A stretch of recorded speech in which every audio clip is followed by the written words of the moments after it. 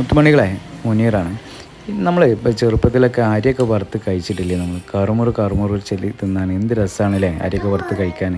നമുക്ക് പണ്ടൊക്കെ എന്ന് പറഞ്ഞാൽ അങ്ങനെ വീട്ടിലൊന്നും ഒരുപാട് ഭക്ഷണങ്ങളൊന്നും ഇല്ലാത്തൊരു കാലം. ആ കാലത്ത് നമ്മൾ അരിയൊക്കെ വറുത്താണ്ട് ഒരുപാട് നമ്മൾ ചായക്കൊക്കെ കൂട്ടി കഴിച്ചിട്ടുണ്ട്. ആ ഒരു കാലം വല്ലാത്തൊരു കാലമാണ്.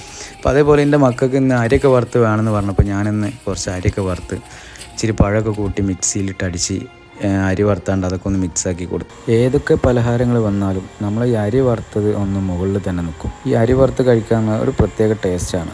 കറുമുറൊക്കെ ചൊല്ലി കഴിക്കാൻ വളരെയധികം ടേസ്റ്റാണ്. അതിൽ തേങ്ങ ഒക്കെ ഇട്ട് കഴിക്കാം, അതിൽ ശർക്കര ഇട്ട് കഴിക്കാം, അങ്ങനെ പല ഐറ്റംസുകളിട്ട് കഴിക്കുന്ന ആളുകളുണ്ട്. അപ്പം എൻ്റെ മക്കൾക്ക് ഇത് വളരെയധികം ഇഷ്ടപ്പെട്ടിന്.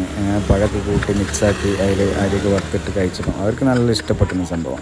പിന്നെ മുത്തുമണികളെ ഇങ്ങനെയൊക്കെ കഴിച്ചുകൊണ്ടെങ്കിൽ ഒന്ന് കമൻറ്റ് ചെയ്തേക്കണേ. എങ്ങോട്ട് സാധനം സാറാണോ? സൂപ്പറാണോ?